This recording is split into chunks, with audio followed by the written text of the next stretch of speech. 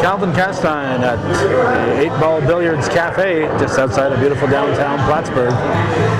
It's the last day of April 2006, and as you can see, the trees are budding. The temperature is approaching 70 degrees at 1 p.m. here on this Sunday afternoon. And I'd much rather be outside enjoying the weather, but somehow or other, Jay Montpelier found enough guys to have a pool tournament and play the finals here on a Sunday afternoon at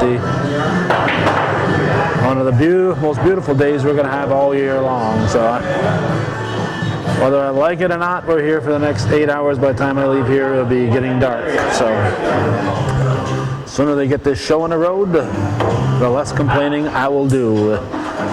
We'll find out how many annuals this is. It started out as the Northern Tier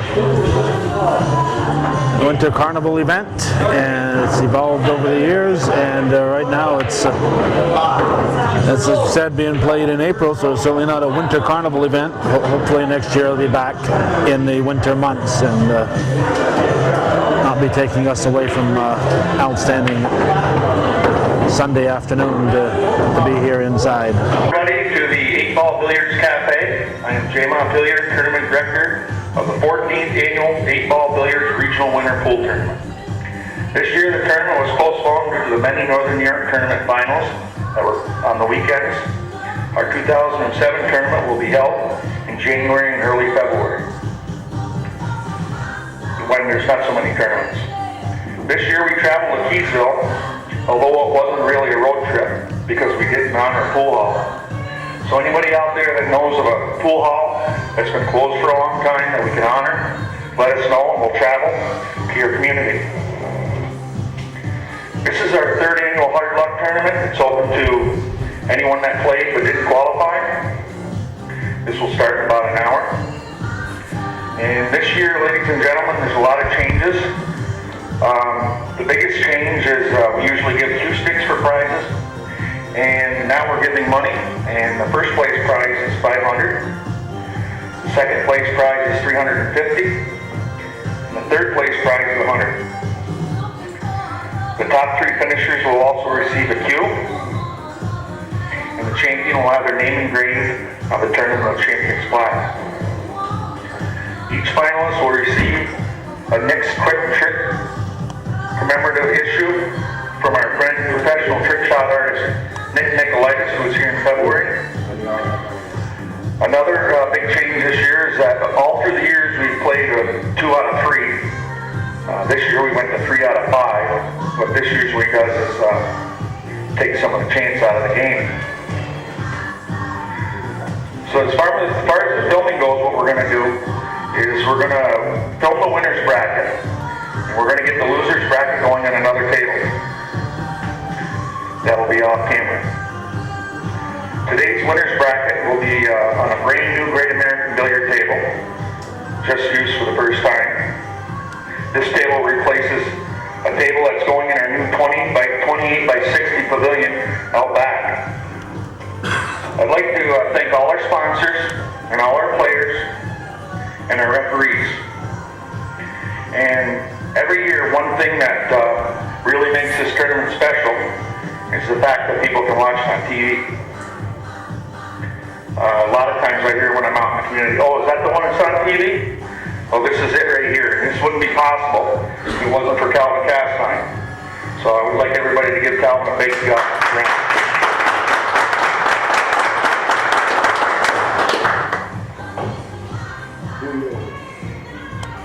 Now I'm going to introduce the referees first, and then I'm going to introduce the players. And let's get a big round of applause from everybody as I introduce each person. Our head referee is Dave Sell. He was a referee before. He's been a finalist. Dave Sell. Next we have a regular player here at 8-Ball Billiards, Harry LeClaire. Next we have a regular player here. He plays in our Friday night tournaments. He's in our Summer Thursday League, Jesse Barber. Next, our referee is Lloyd Lord. He plays in our Thursday Night Winter League. And now, ladies and gentlemen, here's our lineup for 2006.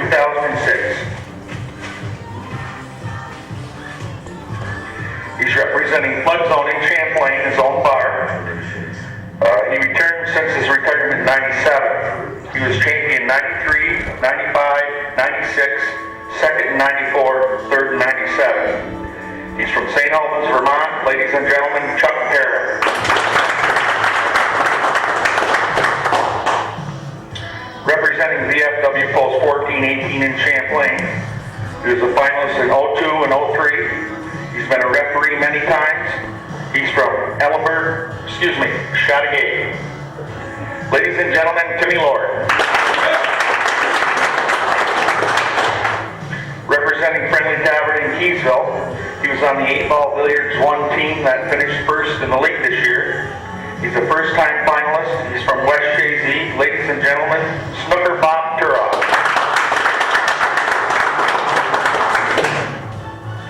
Representing Brookies in Keysville, he placed third in 2001. He won our 8-ball Billiards 20-week in-house winter league. He's from Ausable Forks. Ladies and gentlemen, Stubby Kilburn.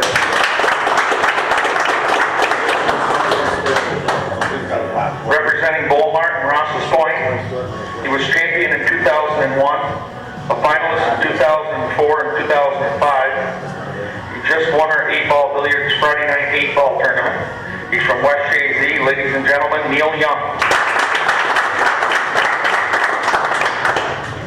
Representing American Legion 912 in Ross's Point, he was champion in 04. He took second in 03. He was a finalist in 2000 and 2005. Ladies and gentlemen, Rick Giro. Representing Flood Zone 2 in Champlain, he was on the 8-ball Billiards first place league team. He's a past referee. He's a first-time finalist. He's from West Jay-Z. Ladies and gentlemen, Carl Lashwick. Representing Arms Place 2 in Ross's Point, he was a referee back when we were in Champlain. He's a first-time finalist. Ladies and gentlemen, Pat Stopper.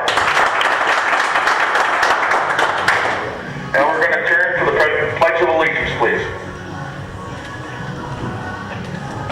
I pledge allegiance to the flag of the United States of America, to the republic for which it stands, one nation, under God, indivisible, with liberty and justice for all. I want to thank everybody. Enjoy the tournament.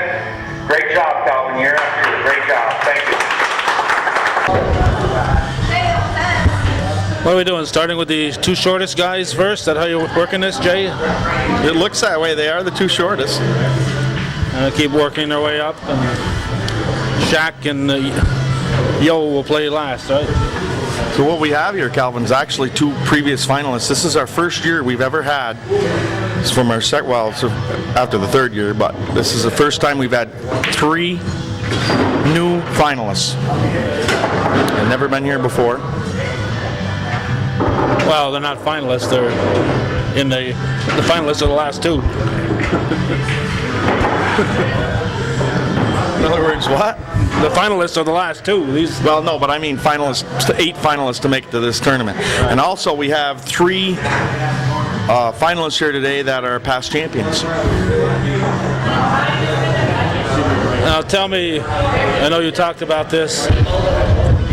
As we look at the 70-degree weather out there, tell me you didn't really go to best out of 5. Tell me that, Jay. I know. But it will shorten it down because the losers bracket's being played on the other table.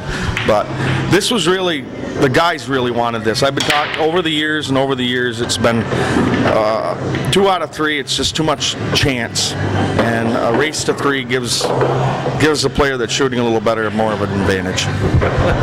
And also stretches out the day.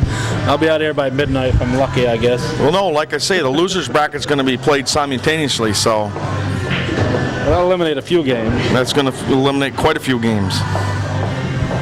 Because once you lose, you're in that losers bracket, and you got to win to. You got to win all the way back, and if time works out all right, well, we'll play that last losers bracket. If not, you know, it's sunny out there, and you got things to do. Now, I was a little surprised. I see there's a flood zone 1 and flood zone 2. Is there a flood zone in Rouse's Point now too? Is that the idea? What's the flood zone 2? Well, that's just to make it even because so many bars are closing. We lost Manny's and we lost Country Club. So it's getting to the point where if we're going to have that many locations up north, we had to play one twice. Oh, okay. So there aren't 2 flood zones. No, I don't know if Rouse's Point ever flooded. Not in my lifetime. I thought I saw Rouse's Point underneath one of the flood zones on the back of your shirt. Turn around. Let me look at your shirt there. Oh no, the flood zone. Yeah, there's a flood zone, but it's above Armin's too, so it's kind of misleading, I guess, on your shirt. In other words, my shirt is one of the misprints. No, there are. Because all the shirts were printed wrong, and they gave us new shirts. Really? No, every location has every pool hall has a location, but there's one more pool hall than there is location. Then this is one of the misprinted shirts. That right there would be the proper shirt. The proper shirt, okay. We're being modeled here, the proper shirt. Perry, turn around. There's the proper shirt. Okay, yeah, I see that. Yeah, you got a misprint then. So he's no Vanna White, but he'll do, I guess. So you got the misprinted shirt that you got for free. Surprised you aren't raffling it off. It's a collector's item. Well, we have some of them that are going to be raffled off. All right.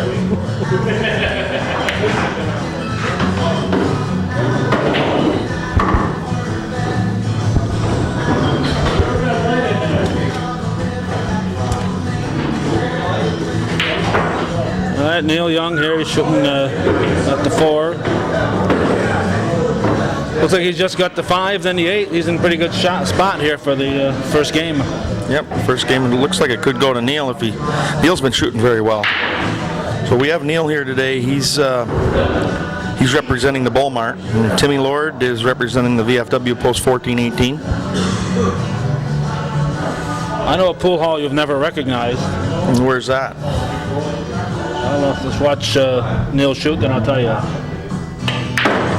Don't know what the name of it was, and right now it's Stewart's is sitting on top of the location, but when Bob Venn was in college, he ran a pool hall there underneath the garage. I think it was the Rice family that had the garage, and Bob Venn had a pool hall. Bob had told me about that, and I forgot about that, and I haven't heard any literature on it. Well, just a college kid running a pool hall. I doubt there's much literature. That's true. We have a winner for game 1. Young breaking. Lord broke on the first game. 3 out of 5, as I said. Normally when you watch this, it's 2 out of 3. But we will be not covering the losers bracket, so as Jay said, that will eliminate a few games.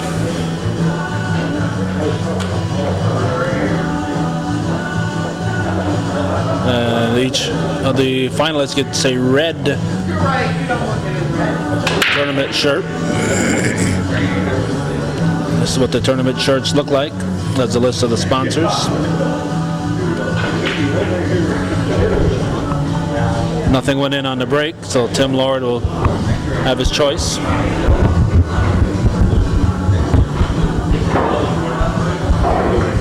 And he's going to shoot the 12 into the corner. So we'll watch the 12. We won't watch his shot. We'll just watch the 12 go into the corner. Now he's left himself a shot on the 9 and on the 10. Looks like he's probably going to go after the 9. Scott Bosley told me a long time ago, always shoot the ones closest to the bank. If it's no other outstanding reason not to take your ones closest to the bank.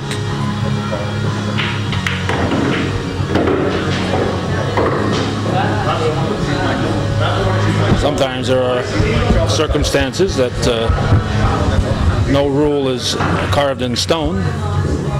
So if you can run 4 or 5 balls or 2 or 3 balls by not shooting that one closest to the bank, then obviously I'd throw that out the window. But all things being equal, you try to get the one closest to the bank because it's harder to get a shot on the one closest to the bank.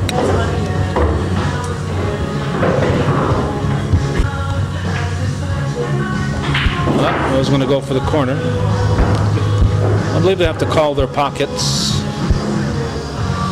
On the 8-ball in the last shot of the game, they have to request a token from the referee, and they put the token on the pocket that they're going to shoot the cue ball into.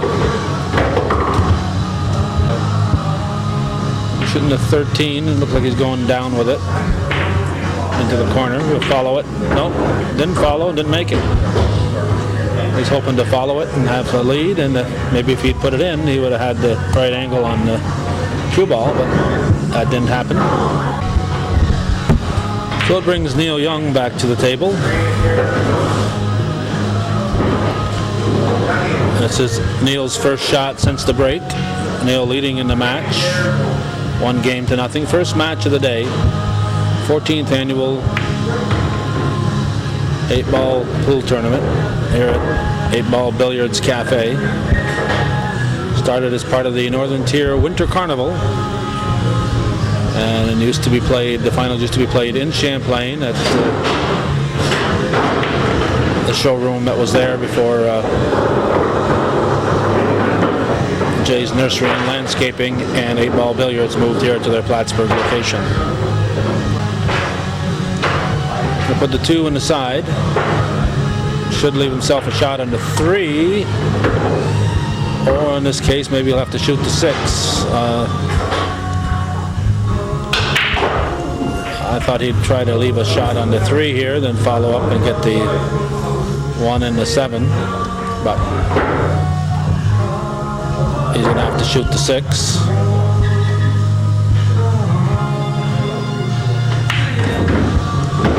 And he wasn't able to put anything on it to clear that ball out of there, so he is hidden behind the 11 ball. And I don't see any way of definitely 3 balls out of the picture. He may just try to hit it off the bank. If he makes contact with one of his balls, he'll avoid a scratch, but if he doesn't hit one of his balls, it'll be a scratch, and it'll be ball in hand for Tim Lord. He hit it. That's all that mattered. Now Tim Lord will shoot the 13. Nope, change his mind. Moving the judge. The judge was distracting him. Bad as a golfer.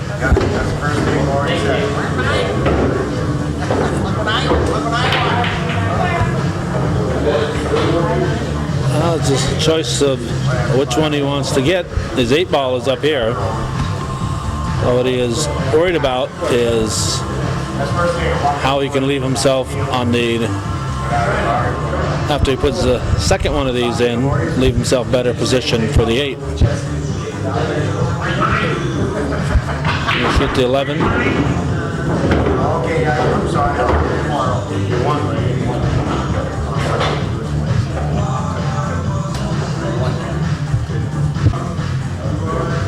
Looks like he's left the cue ball right against the bank. That always adds a little extra interest to the shot. He's going to follow the 14 down. Leaves himself in position to hit the 8, but I'm not sure he has a pocket. Oh, I guess he can see that corner. Going to give it a try. He did it. Nice shot. That evens the match at 1 game each.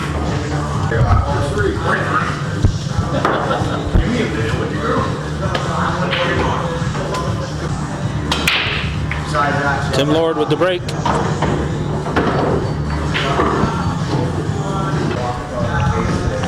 As long as you make something, you still got choice. So if you make a high ball, you can still pick the low balls, or even if you make 3 high balls, you can still pick the low balls. It's still breaker's choice as long as he makes something. But he's going to go for the high balls. He's going to shoot the 10. Puts it in. And he's got a nice little combination shot here. Looks like an easy combination. Anything that 3 is going to put the... That's something he can get at any time. That anything that sends the 15 ball into the 3 will put the 9 in. I think I called the 15 to 14 the last game.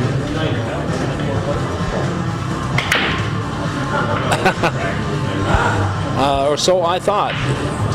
Fortunately for him, we were blocked out, so we didn't see exactly what he did wrong there, but I saw no way that 9 ball could avoid going in. Tim Lord is shaking his head over in the corner saying, how come that 9 ball is still sitting there? Neil Young surveying the situation. Going to shoot the 6. Judges are watching close here, making sure the stick doesn't come back and hit a ball. His cue stick comes back and hits a ball when he's reaching like that, or if he rubs his shirt against the ball, it's a scratch. Shooting the 3.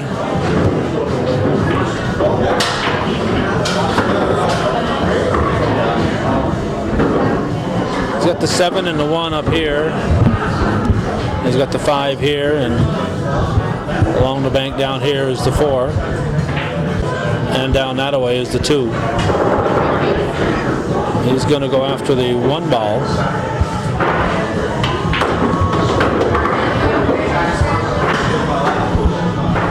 Not sure that's exactly where he wants to be. It looks like he's going to try to put the 5 down below. I don't think he tried to go to 5 down below. Nothing else. He's guarding the pocket. Tim Lord. He's got the 12 near the 8. The 9 is not a sure thing to go in. The 2 is in closer to the pocket than the 9 is, so that 9 kissing off the 2 could kick the 2 in and leave the 9 sitting there.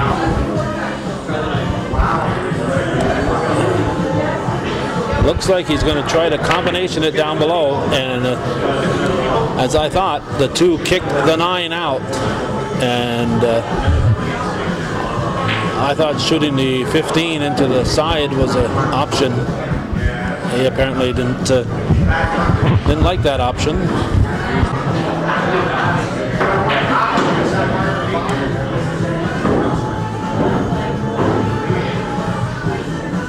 I'm going to go for the 2.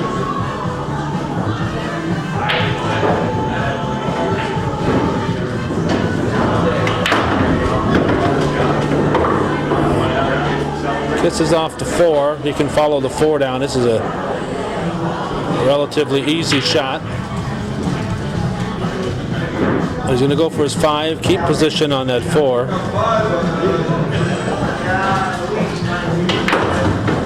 I would have left that 5 right there because it's a shot he could have made almost anywhere on the table. Now he's stuck with a tough shot on the 4. Going to try to come off the bank, I should say. Come off the bank, get the 7. Chance of a scratch. If he misses the 7, it'll be a scratch. Excellent shot. Excellent shot. He not only hit it, he put it in with authority. But now he's got problems with that 4. Because if he tries to send it down to the corner, he's got a possible scratch right there on the side. The 8 ball is sitting over here next to the 12. And it looks like an easy shot if he can find a place to put that cue ball.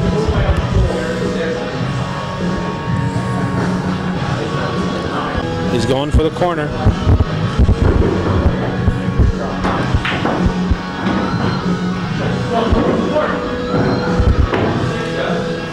And trying to avoid the scratch. He avoided the scratch, but didn't make the 4. Well, Tim Lord can hit the 15 with no problem, but can't really put it anywhere. Looks like he's going to go for the 12.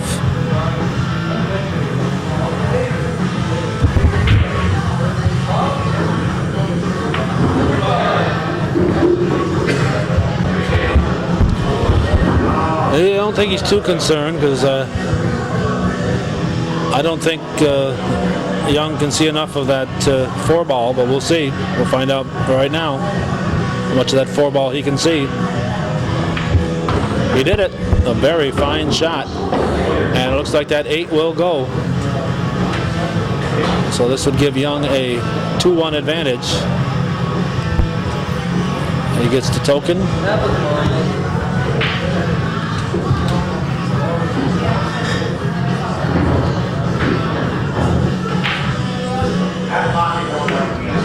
And game 2 belongs to Neil Young. It's 2-1. We have a hard luck tournament. I believe that's people who did not make the finals here, the final 8. But most of the people who didn't make the final 8 are outside enjoying the weather today. Young breaks. Nothing went in, so it's Lord's choice. Tim Lord must win. It's a double elimination tournament. So the loser will go to the loser's bracket. Winner will continue in the winner's bracket. Unlike past years, we will not be covering the loser's bracket. We might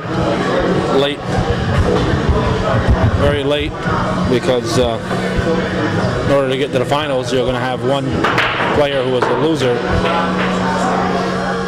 Somebody out of the loser's bracket has to eventually move up into the championship round.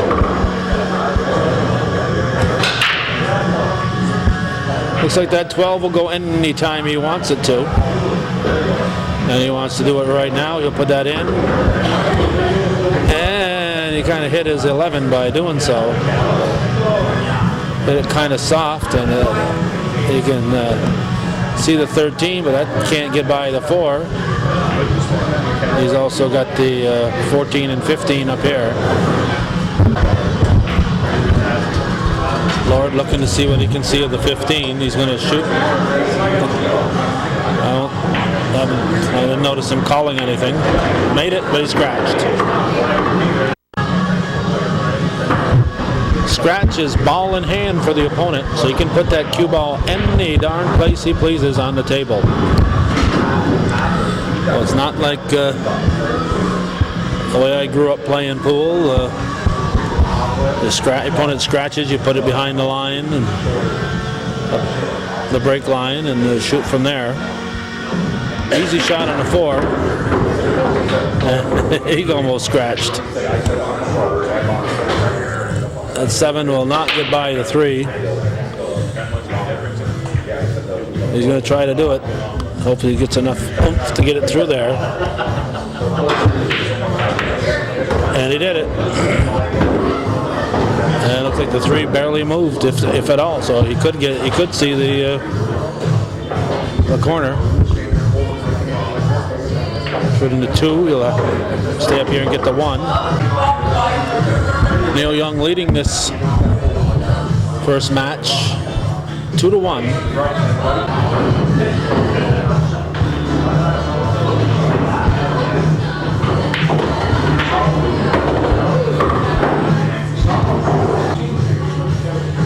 One thing we have learned over the years of taping this is that our angle, when we look at a table from our angle, we can't always tell what the lines are here. And it looks like he thinks he can get enough of that 3 to sneak it by the 11, and he kisses it off the 11 into the corner. All you have to do is call your pocket. You don't have to call every little thing that's going to happen to it.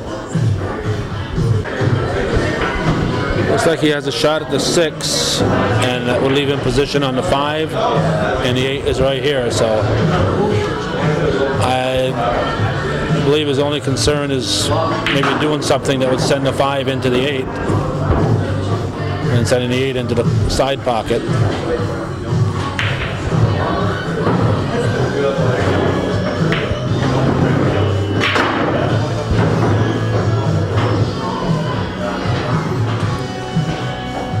When he shoot the 5, again, we could not tell that he could see the 5, see the side pocket with the 8 there. It looked like the 8 was blocking the pocket. So now his only shot is the 6. I would assume he's going to go to the left side here. He is. And it's going to be close to a scratch, but I think he can avoid the scratch with some follow. He avoids the scratch and misses the shot. Leaves the door open for Tim Lord. He's going to try to bring the 14 back, but he was kind of playing it safe. He wasn't too worried about making that shot. He just wanted to block Neil Young here. So Neil Young's going to try to hit that 6. Find an opening through those 4 balls. He did.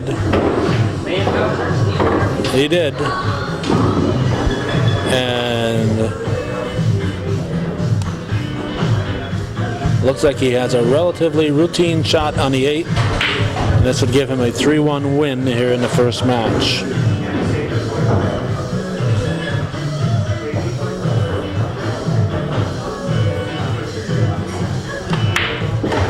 There it is. Neil Young defeats Tim Lord 3-1. Neil Young will continue in the winner's bracket. Tim Lord will move to the loser's bracket. Next time we see him, if we see him again, would be toward the latter part of the match today.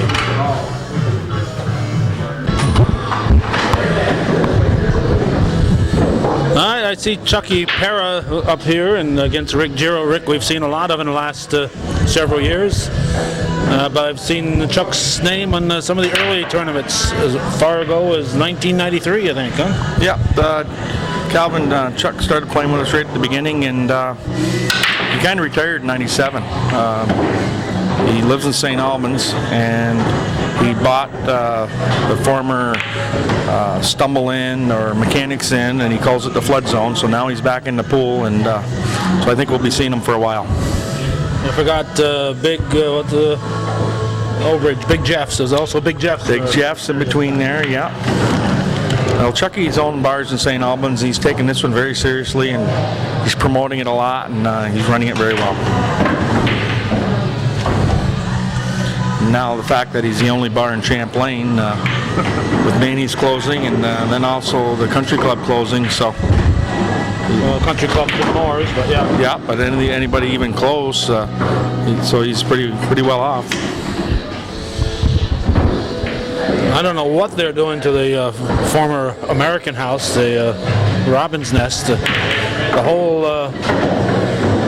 I'm trying to figure what direction that would be.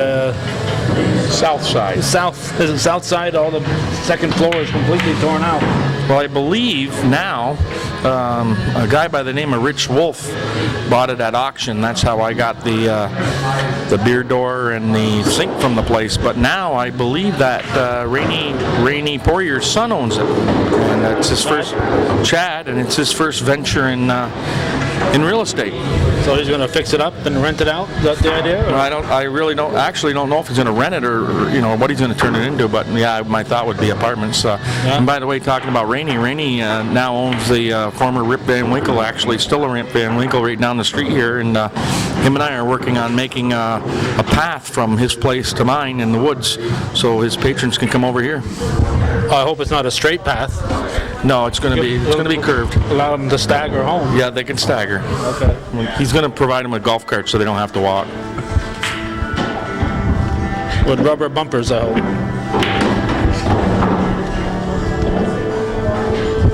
So does Rainey live up here in Plattsburgh, not in Champlain anymore, or what?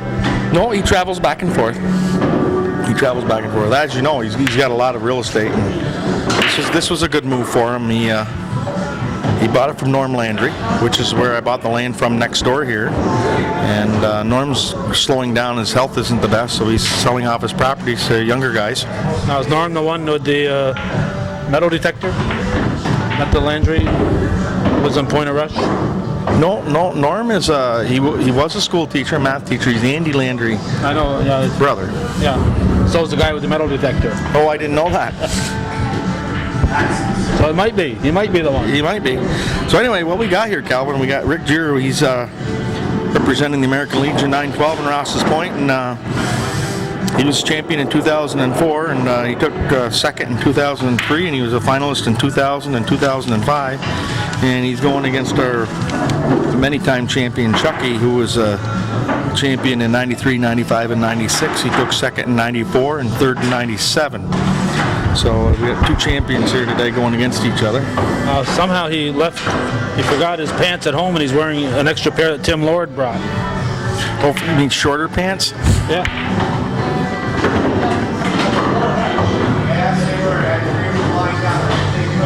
Those are Tim Lord's pants that he's wearing right there. Now Rick has been here like 4 out of the past 5 years, so he's... Didn't he win? I thought he won a year or two or whatever. Yes. Okay. I didn't think you said that when you were introduced. Oh yeah, I did. He was a champion in 04, and he took second in 03, and then he was here 2 other years, 2000 and 05. But it's kind of funny, like you say, Chucky was here earlier. Basically, Chucky was here in the earlier years, and Rick was here in the later years, and here they collide.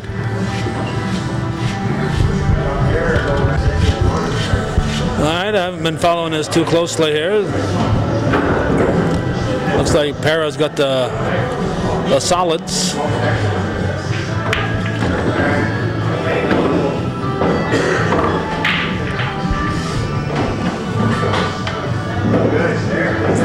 Follow the 2.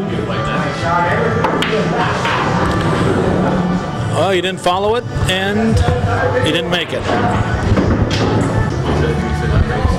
Giro's going to go after, I believe, the 12 ball here, which is sitting right on the rail. And I think he's got a shot at that one. Now's the time to get it. He's not going to get a better shot on it. Now's the time to get it, but he's not listening to me. He's going to shoot that 9 ball instead. And he still left himself a shot at the 12. It's almost a can't miss shot.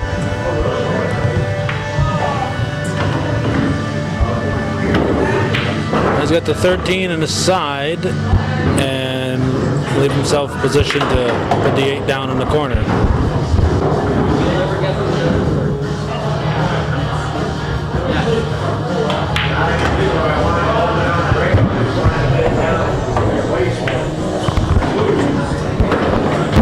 Well, I guess maybe he didn't want to leave himself positioned on the 8 after all. I thought he did, but apparently not. He likes the challenge, I guess.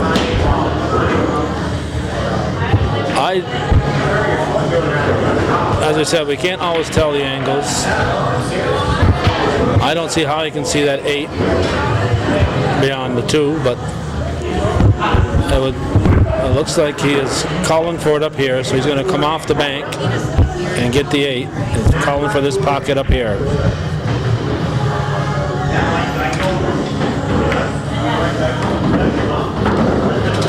I think he'll be happy if he hits it.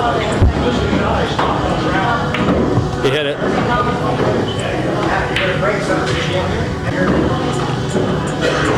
Para going after the 6.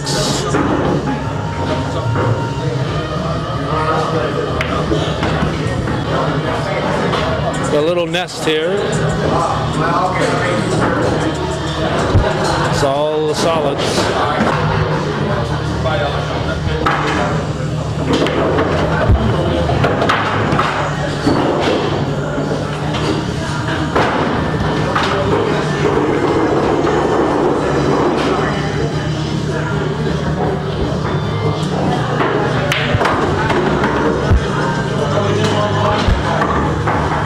Now what? Shoot for the 5 and just cut that in, slice it into the corner.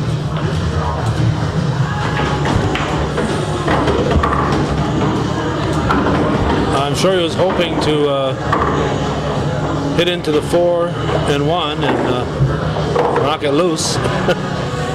But he scratched, and scratch is ball in hand. Now where's Rick Giro gonna... Oh, he's not gonna take a chance here. I thought he'd shoot behind it and put it directly in and hope not to follow it, but put a little angle on it. So Rick Giro gets game number 1. Chuck Para doesn't want to talk about it. We took it. Yeah, but I'm gonna have more.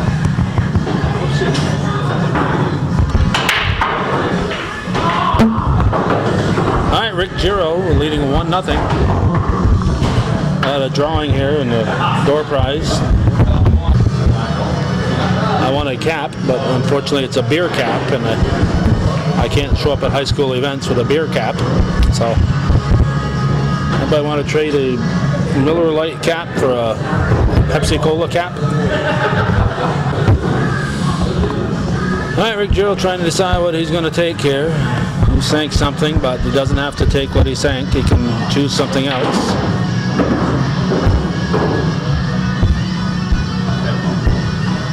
Shooting the 10.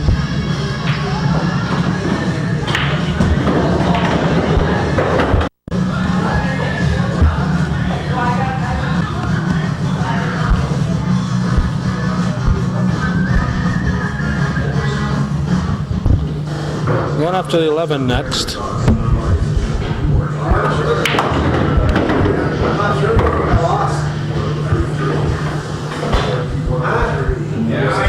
Looks like he might be able to hit that 11 in. I don't think he can. Looks like he's too close to the 5 to do anything with the 5. My guess is the 11's his only shot. But with our angle up here, we're never sure what's happening down at that level. ESPN always has the camera directly above the table. Whoa, he scratched. Didn't hit his. Oh, he did. No, he didn't. Didn't hit his ball first. So it's a scratch. It's ball in hand for Chuck Barra. Looks like he was trying for too fine a cut.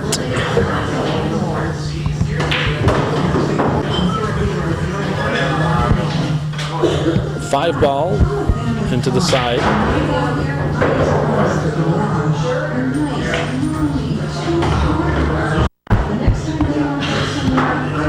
6 in the corner.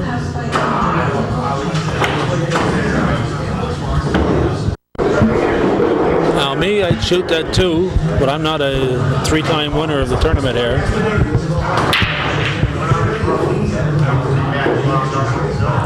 They can see the 1, but that's about all they can do is see it. He's going to go for the 2. And if he follows it, he can have a... No, he missed it.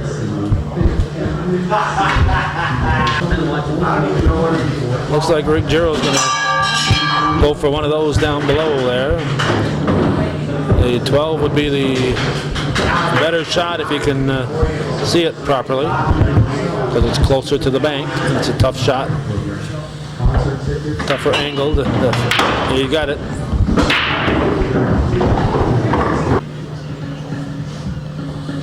Nine ball in the side. Game 2. No, he's not shooting the 9 ball. Excuse me. He's shooting down below. I should have been paying closer attention. Looks like he left himself with a nothing.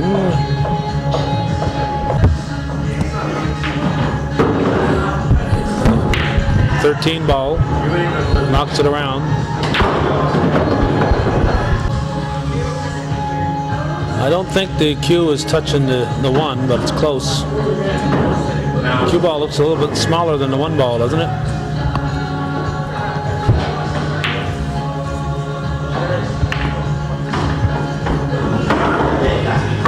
I know it has to be a little bit smaller because, or a little bit bigger, because on a moneyed pool table it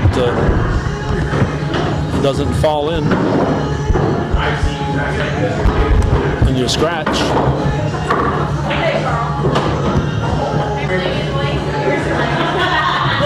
One in the side, that's an easy shot, obviously.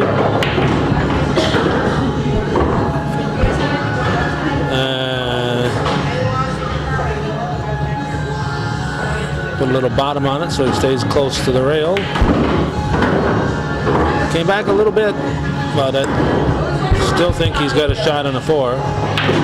And of course the 8 we see in the upper left corner of our picture. Nice shot, a lot of English. And into the corner.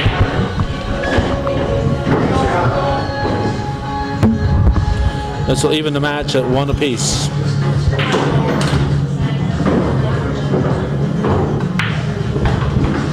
One all. All right, game 3 in the best of 5. Tied up at 1 each. Pair of breaking. Sank the white balls. Well, it's ball in hand for Rick Giro.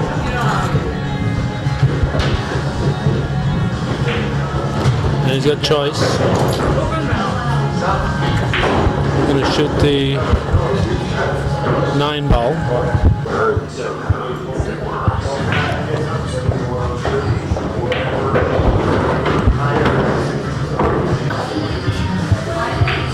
Going to come up and get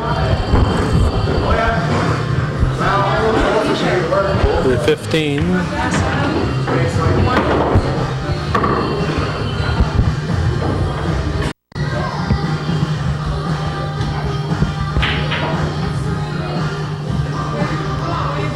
Shooting for the 10.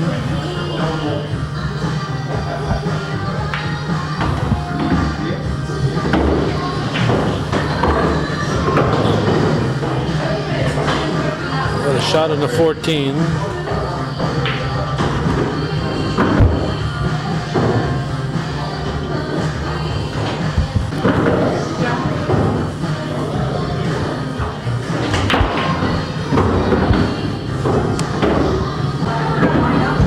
Got the 13 with up at this end that he's got to contend with, besides the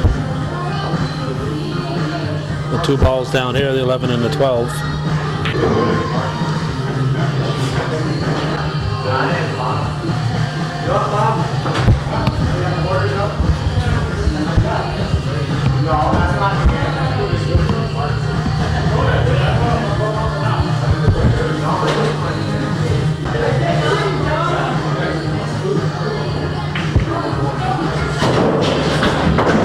Didn't go. Little Chuck Para.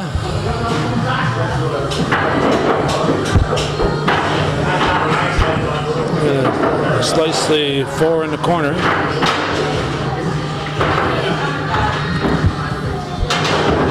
Very thin slice. 1 in the side.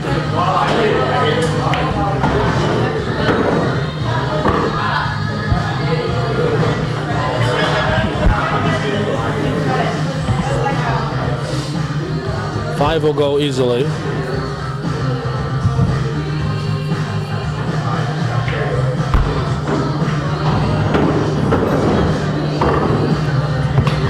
I think the 7 is right along the rail here.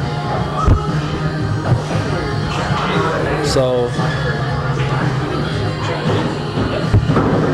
you could easily, I think easily, send that 2 up to 7. It's a brand new table. So the rail should be straight. He's shaking his head no, but he's going to shoot the 7 directly, not use the 2.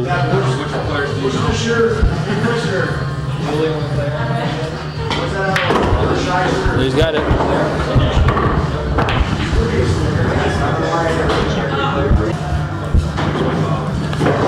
6 in the corner.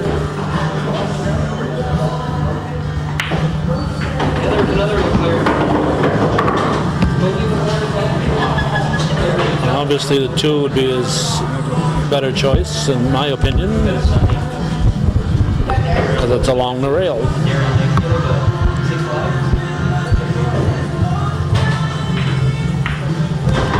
He's got it. Now he's got the 7 and the 8. He'll send the 7 down somewhere, down into the corner.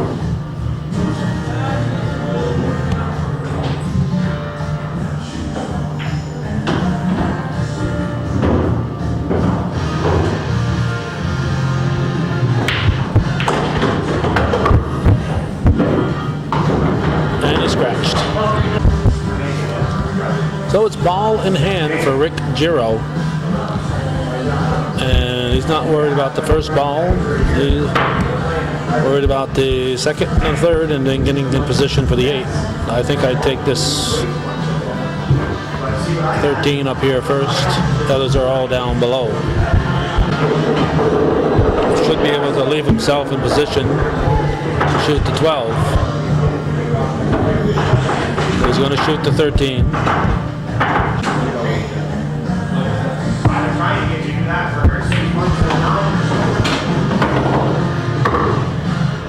And he has a good view of the 12. And he'll have the 11.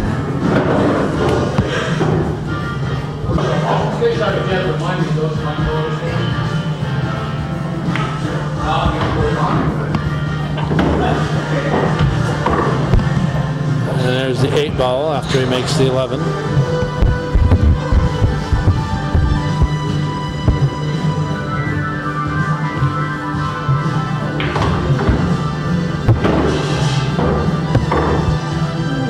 Made himself a tougher shot than he needed to in the 8, I think.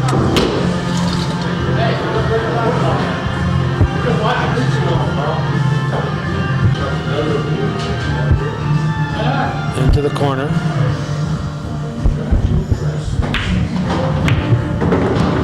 And Rick Giro has a 2-1 lead over Chuck Para.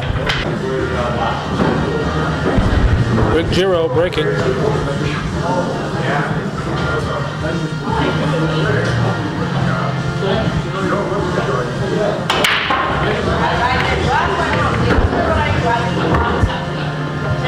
Something went. He got a low ball, but he might decide to go after the high balls. Still choice.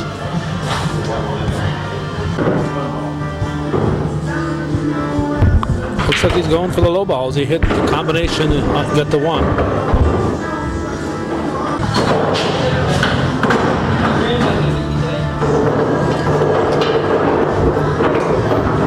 I think the 5 can go along the rail. That looks like he's trying to do.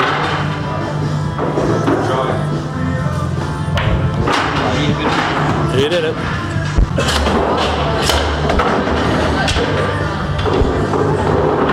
From our angle, it looks like the 2 is his best bet, but we'll see. You might be able to, you can see the 7 obviously, but whether you can see a pocket or not, we cannot tell. It doesn't look like it. I'm going to go for the 2.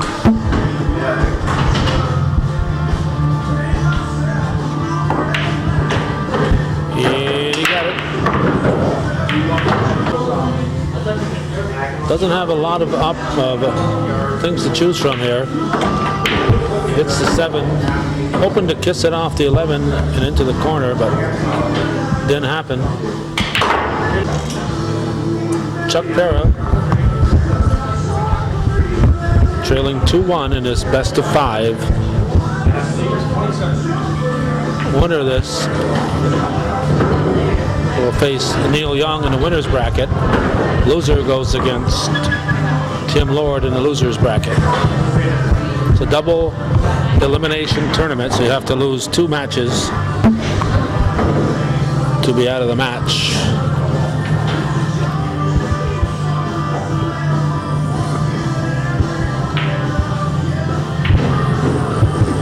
Shot to 10.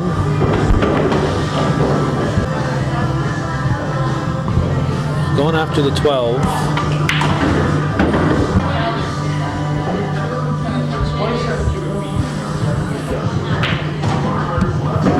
Gonna send the 14 down the table. This is a long shot.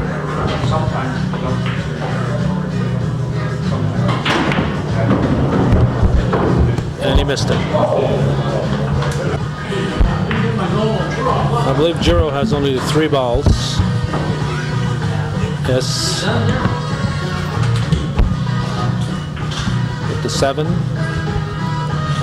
the 6,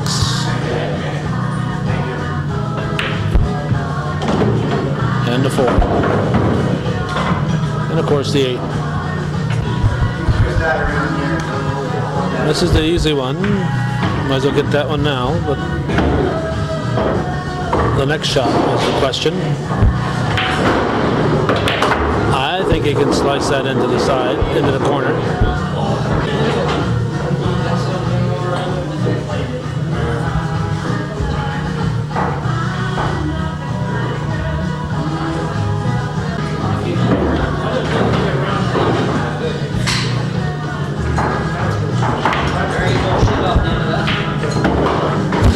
And he was able to move that 11. I'm not sure if he knew he was going to do that, but he did. Left himself a good shot on the 6 and a good follow through onto the 8, and this would give Rick Giro the 3-1 win.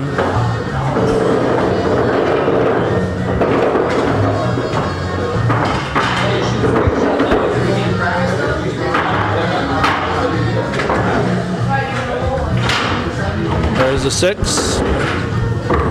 That's not exactly where he wanted to put the ball next to the 8 here. He's got to be sorry where he's going to put it.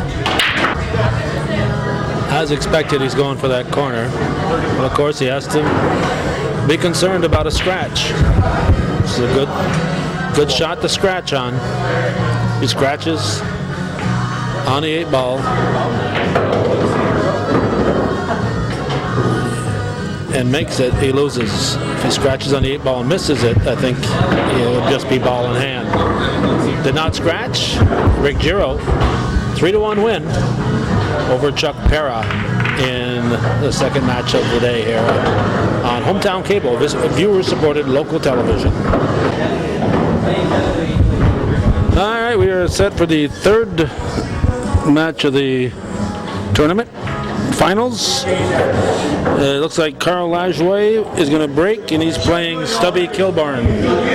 Carl Lajoie has informed us he lives in Plattsburgh, not West Shazy, Jay. Yeah, I don't know what's wrong with West Shazy, but he wanted to let us know that he is from the hometown of Plattsburgh. Well, he ought to go to West Shazy. He'd be proud to be from there if he drove around and looked around. What's that guy there born on a tabletop? Mr. Gatto.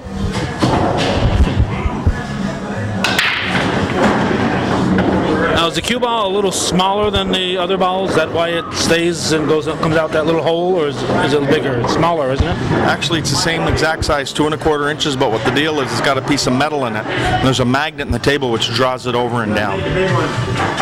You expect me to believe that, right? Well, actually, I've got one that I cut in half so I can show it to you. Oh. Okay, well, I refuse. My middle name is Thomas, and you know, doubting Thomas. Until I see that cue ball, I will not believe. Now, I noticed the referees reaching into their pockets as soon as they're ready to shoot the 8 ball. Last year, the shooter had to go over to the referee and say, hey, give me the marker here. So the referees are now this year coming out with it in their hand and thereby reminding the guys that it's time to grab it. Well, it kind of alleviates hard feelings because, you know, the excitement of everything of being in the finals. And that's not what you said last year, Jay. I'm going to play back that tape. I know. Actually, you know, if I'm really thinking hard, I'm thinking last year they jumped off their stool and gave it to them too. It was the year before that they I don't think had to call on their own. But I remember Pat Therian from Vermont there one time not taking the token and losing the game, and so it kind of alleviates the hard feelings. So Carl Lajoie, he's representing Flood Zone 2 in Champlain. Well, he's representing Flood Zone, but he's the second one. Yeah, so there is no Flood Zone 2. No. Like Armin's 2. No. There is an Armin's 2 in Rouse's Point, but there's no more Armin. So, okay. So Carl's another person that's representing Flood Zone. Okay. and he just ran through there. Well, I like to think of it as mechanics in. That's the original. Well, so would Bob Armstrong. Yeah. You know, he started it out as a mechanics in, and now he's at the VFW. Now he's at the VFW. But I will say though that since Chucky took it over, he did a lot of work in there, and over the years since Bob has left, it hasn't been kept up. But Chucky went in there and he painted, and it's looking pretty good. Well, I don't know why a place with a name Stumble In would get run down. I mean, what more alluring name is there than that? How the ABC board even allowed that name is beyond me. I don't understand. Yeah, I don't know why anybody would want to name their establishment to Stumble In, but and again, why the ABC board would allow it? They can tell you no, that name is not appropriate, and you're not going to get it. Yeah, and actually they came in before the smoking ban. Now you'd think they would let them have any name they want, but that was before everything came down and the bars are closing left and right because of this smoking deal. You're checking the Neil wants to make sure it's a tight rack. You prefer it tight or a little loose? Well, the tighter the rack, the more split on the balls you get all over the table. When you have a loose rack, they mostly stay down there in a clump. So right here we've got Stubby Kilburn playing. Stubby come in third a few years ago, and he's representing Brookie's Pub in Keysville. It used to be, let's see, before Brookie's Pub, Doc's Last Call. And so he's a second-time finalist. He's been a referee for us in the past, and Carl, his opponent's been a referee for us in the past, and Carl's a first-time finalist.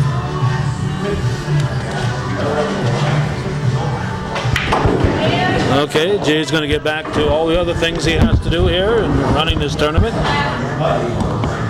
He's kept busy between his visits with us. So Carl Lajway leading 1-0. He ran that table. I think he's the one who broke. He ran that table to start this 5-game match or series. Stubby is not in too bad a shape right here. He's got an easy shot on the 5, and he could very easily send the 6 right on down into that 2. His main concern is the 4 ball, and he's going to go after it right now. You got to hit his ball first, so if that 10 ball moves, we'll know he didn't do it.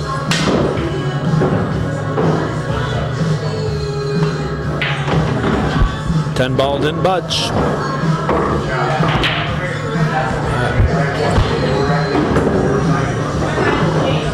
I would think it's 2. Well, I don't know if he can see that 5. He might be able to see the 5. I doubt it. He's going to have to come off the rail to get it, and that's a tough shot off the rail right there. If he has to come off the rail to hit that 5. We'll see what he's going to do. He's going after the easy one, which makes a lot of sense here, and hope to get better position on the ensuing shots. So, I'm not sure what his plan was there. I think he wanted to stay down low and then come up and get the 5, but instead he gave Mr. Lajway ball in hand. Put the 10 in.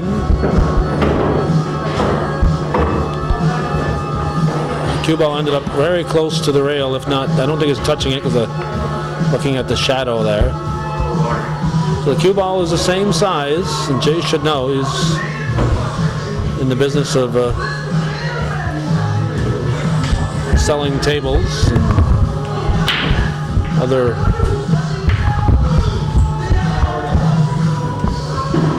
things that have to do with pool playing, in addition to being a fine pool player himself. But he's in the business, so he should know what goes on with the cue ball.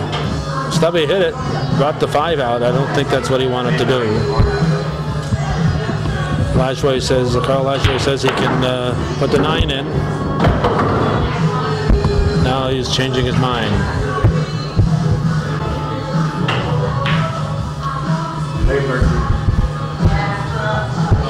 Not sure what he's calling here. I think he's going to come off the rail and hit that 13. I think he was trying to come off the rail and hit the 13. Didn't hit any ball. So didn't hit any of his balls. So it's a scratch. It's ball in hand for Stubby Kilburn.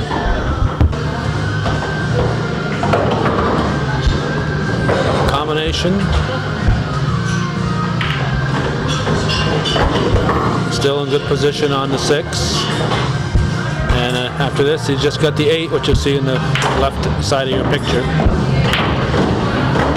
However, he hit himself behind the 12 ball.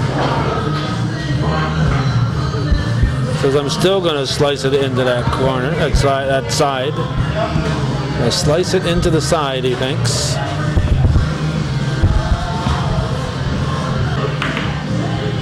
And he's been around the table about 6 times here trying to figure out how he's going to do this. He's going to come off the bottom rail.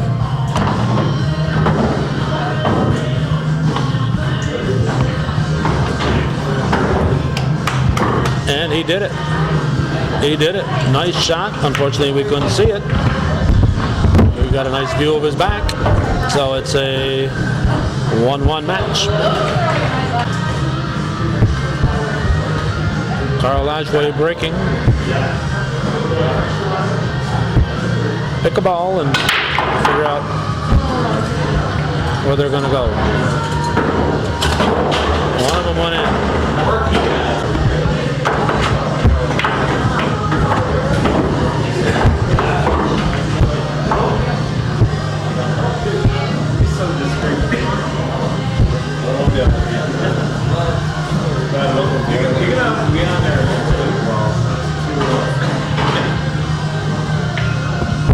Puts the one in the corner.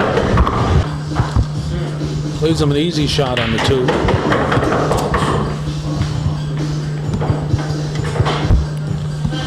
I think he can see the 5.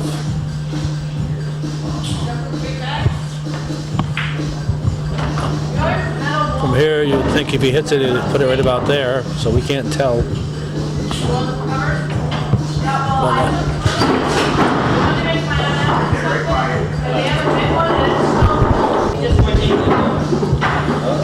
Kilburn turn. I don't think he can get by that 8 and get a good angle on the 11.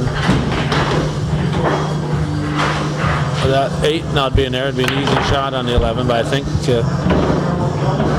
8 is blocking him just enough that he can't get the angle he wants.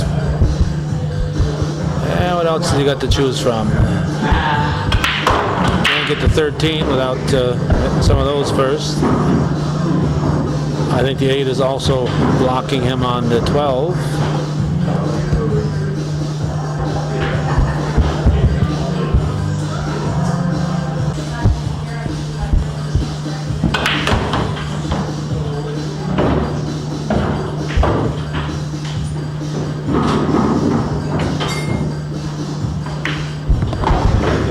Scratched. Nice shot on a 10, but he scratched. With ball in hand for Lajway.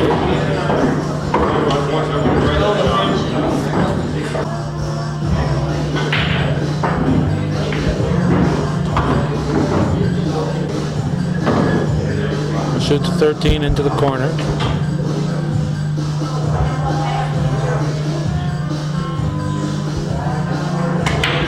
Oh, excuse me. Yeah, he's shooting at the low balls. Never mind. What he's succeeding in doing here is putting his 7 right in a little nest of high balls. I think Kilburn could shoot that 11 right now and send that cue ball and break up that little nest. That's what he's going to try to do. Not too hard though. 2 for the price of 1.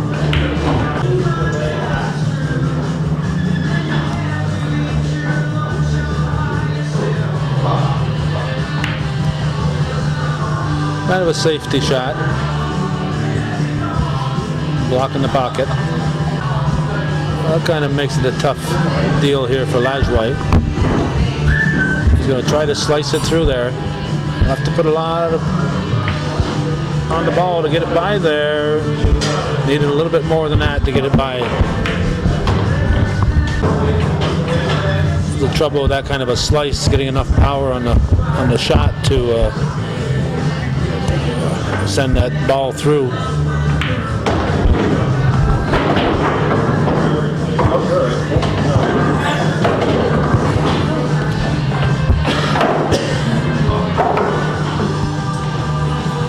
So I'll have to take a lot of, should put some bottom on his cue ball, which would put top on the, if he'd put bottom on his cue ball, would have put a little top on the 14, and the 14 would have had a better shot at following through. However, Lajoie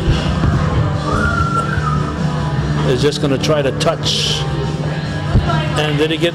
No. Did not hit the rail. There has to be some kind of rail action unless you put the ball in. You can come off the rail, or if you hit the ball, something has to touch the rail in the course of that shot. So even though he hit his ball, he didn't hit it with enough force or angle to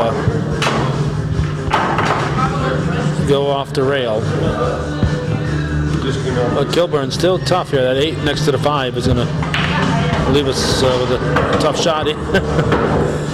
He made 2, and he would have forgot about that token, I think, if the judge hadn't, referee hadn't given it to him.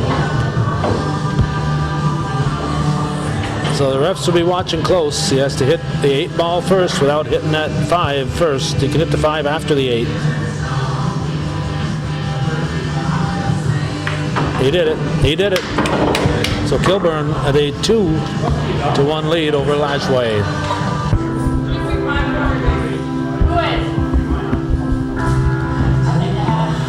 Kilburn starting the 4th game, leading 2-1. He got a high ball in, but he scratched. Ball in hand for Lajoie. Tried a combination, put the 5 in. He did it. So he now owns the low balls, the little ones, the solids.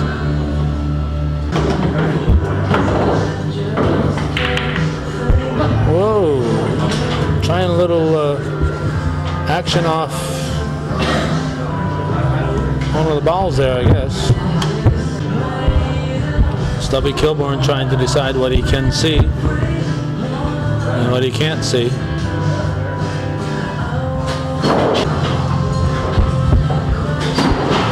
Kilburn has been circling the table.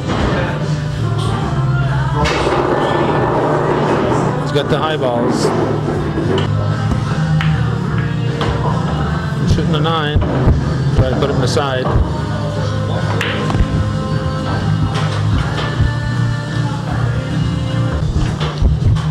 Cue ball ends up next to the 8. Lajoie can see the 7, but that's a scratch shot. You can see the 1, but he's going to shoot. You can also see the 3 apparently. That should be an easy shot.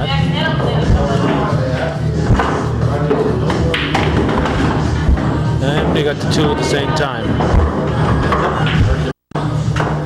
Correction, the 2 is still on the table, so you got another ball, but I'm not sure which one it is. Or was. Might have been the 4. Going to try to send the 6 into the corner.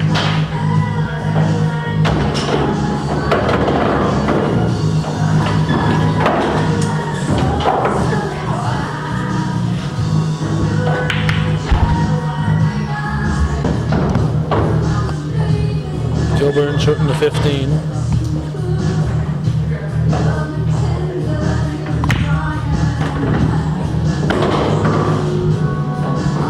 This looks like a doable combination. But he might shoot the 12 instead.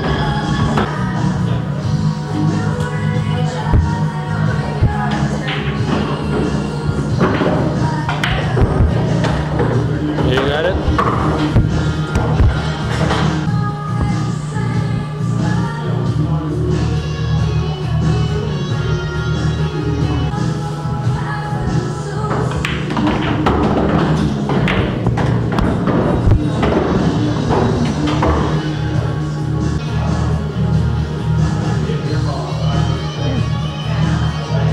Not sure if he's putting the 14 or the 9 in here. Shooting the 9 directly in. 10 will be a problem right now. Now you can see the pocket a corner, apparently. The 10 will not be a problem. The 14 will be a problem. So you'll have to send that cue ball out to get an angle on the 14. Of course, sometimes you end up looking for the next shot, missing the one you're shooting at. First thing you do is make sure you put the 10 in, then worry about your angle. That's 10.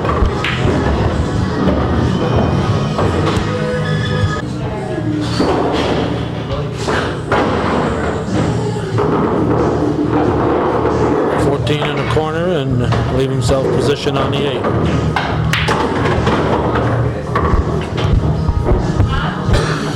So he's in position here to win this match.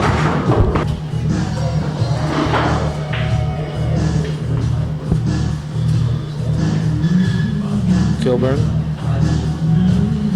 shooting the 8 into the corner.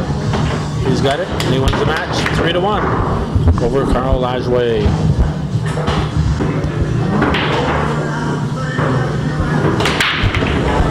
Alright, this is the final opening round match of the tournament championship rounds. So who do we have going in this one, Jay? Well, we have Bob Turoff. Bob's the first year he's ever played in the tournament. He qualified down at the Friendly Tavern.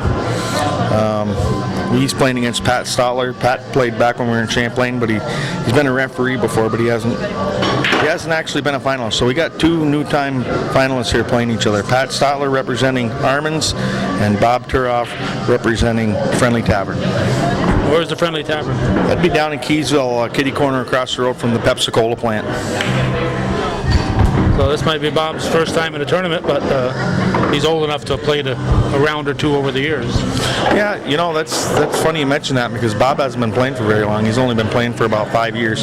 And he likes to be called Snooker Bob. It was a name that he did invent himself, but he asked us if we would refer to him as Snooker Bob. Okay. Go ahead. I'm not going to, but you can.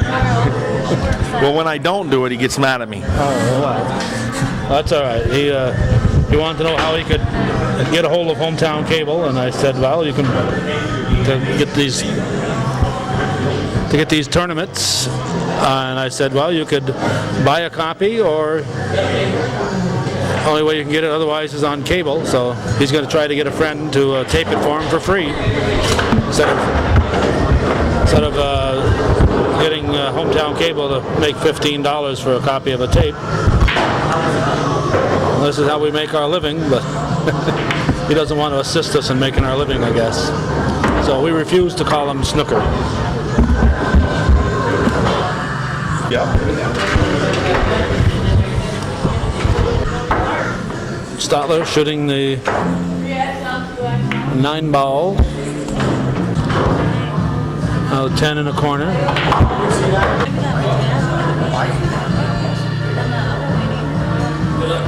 11 ball. It tough because he was so close to the 7. If he had moved the 7 with his finger or the cue, he would have been called a scratch.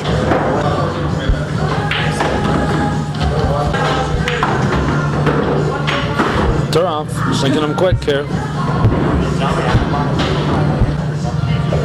Just got to 5, and he'll have his 8 to shoot for. I think he can see the 8, but I don't see where he can put it in anywhere. He's choosing his corner.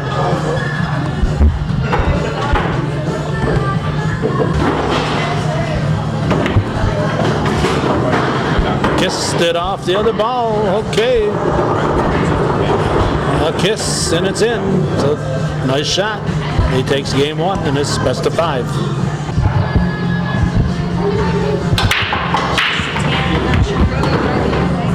We got a couple. Oops! I'm looking at the table and zooming here. We get a ball. Some bottom of that ball. It sounds like he hit the rack twice. Really broke him up. Action has started in the losers bracket over to a side table. Chuck Para and Tim Lord are battling over here.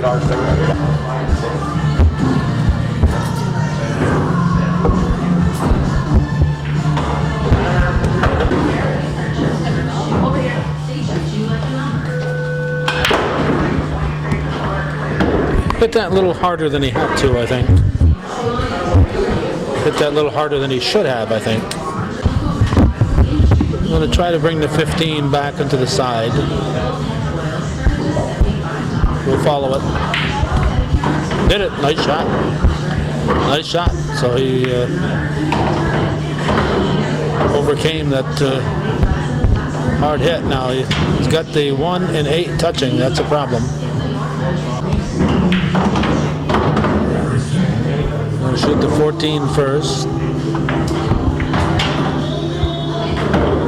And he hit himself. Not much he can do with that 11. I don't think he can even see it. I don't think he can find a way to come off a bank to see it. I know he can't hit that bank, can't hit that bank. This is that pocket. I'll try a 3-rail shot here, and holy cow, nice try. Nice try. They're off. Shoots fast. I think he's going after the 7, the 2. Oh, he's going after the 6. I was going to say, then I was trying to change my story right in mid-sentence.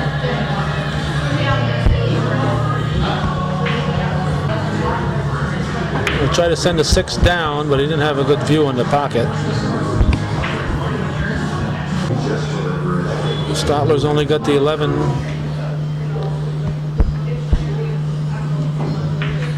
Doesn't like his angle there.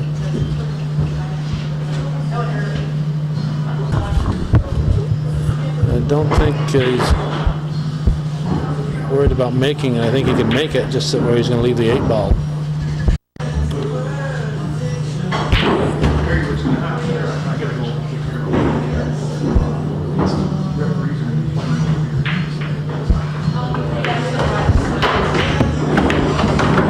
Cue ball is way up here. This is the trouble. It wasn't that first shot, it was that second shot he was worried about. I'm going to try to put it in the corner. He did it. Nice shot, and he didn't scratch. It's 1-1. We're still waiting for an 8 ball and a break there today. Turnoff breaking.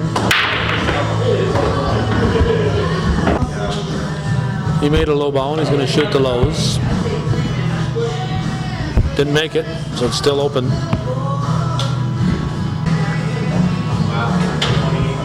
So Stotler is going to take the lows instead. Again, even though you make something on the break, the balls aren't yours until you sink something after the break. 6 in the corner.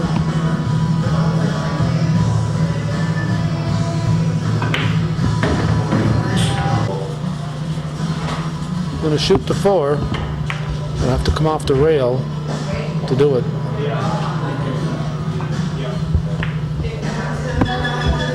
And he did it. Came close to scratching. I'm going to try to put the 1 in the other side, in the other corner.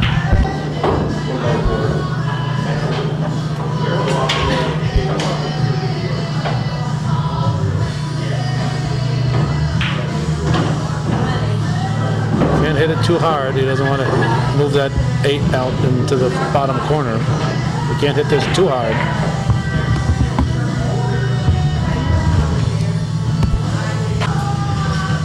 Turoff's going for the 13. He's got it. 12 in the corner. I think his only shot is the 10. He missed it. Put in a low ball. Stotler is going to send, looks like the 2 ball. No, he went for the,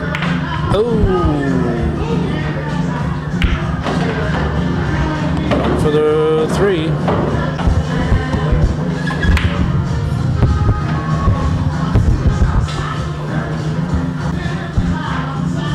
Turoff had the table to run. Stotler will send the 3 down below and hopefully keep the cue ball fairly close. He did. So it'd be 2-1 for Stotler. And it is. Every first round match thus far has been 3-1.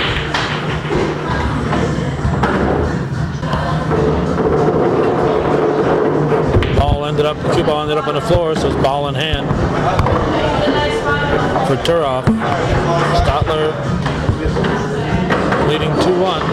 Turoff hoping to force a fifth game.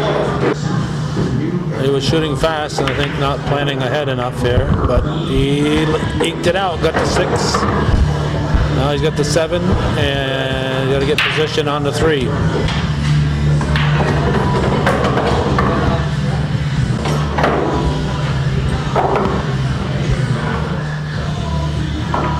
Scratch, didn't hit his ball. Stotler's got them all to shoot at, ball in hand. All 7 of his balls on the table. Going after the 10, which is close to the rail. Shoot to 14.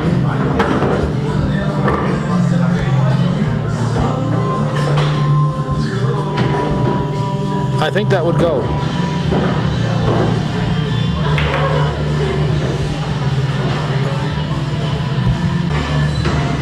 Gonna go for it.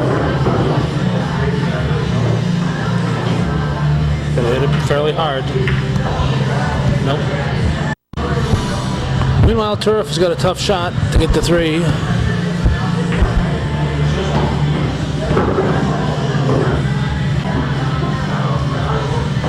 Going for the 15 on the rail. Got it. Now shooting for the 11.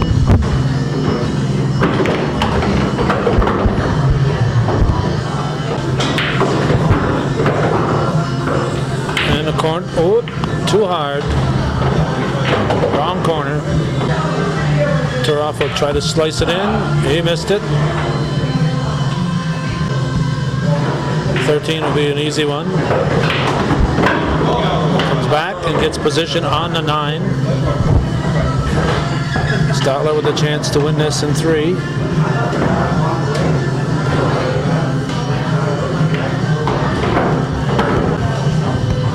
The token has been placed. He has to follow that 8 a little bit so he doesn't go on the side with the cue. And he does it. And he wins it 3-1. And that concludes the first round of the 14th annual 8-Ball Billiards Northern Tier Pool Tournament. Congratulations to our winners, Neil Young, Rick Giro, Stubby Kilburn, and Pat Stadler. They'll be back with us next time when we continue our coverage on Hometown Cable. In the meantime, you've been watching viewer-supported local television, Hometown Cable. Win, lose, or draw TV worth your support.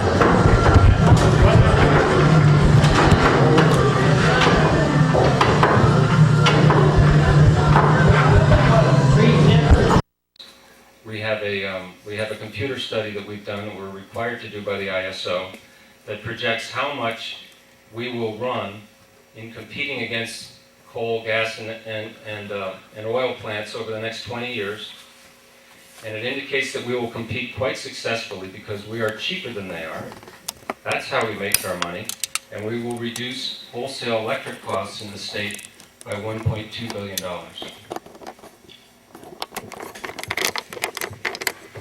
Yeah, I picked up some articles from recent newspapers, and I'd just like to read some headlines. The Wall Street Journal on September 24, 2005. Why the world is one storm away from energy crisis. The hurricane storms have dealt a blow to natural gas output likely to last well into the winter.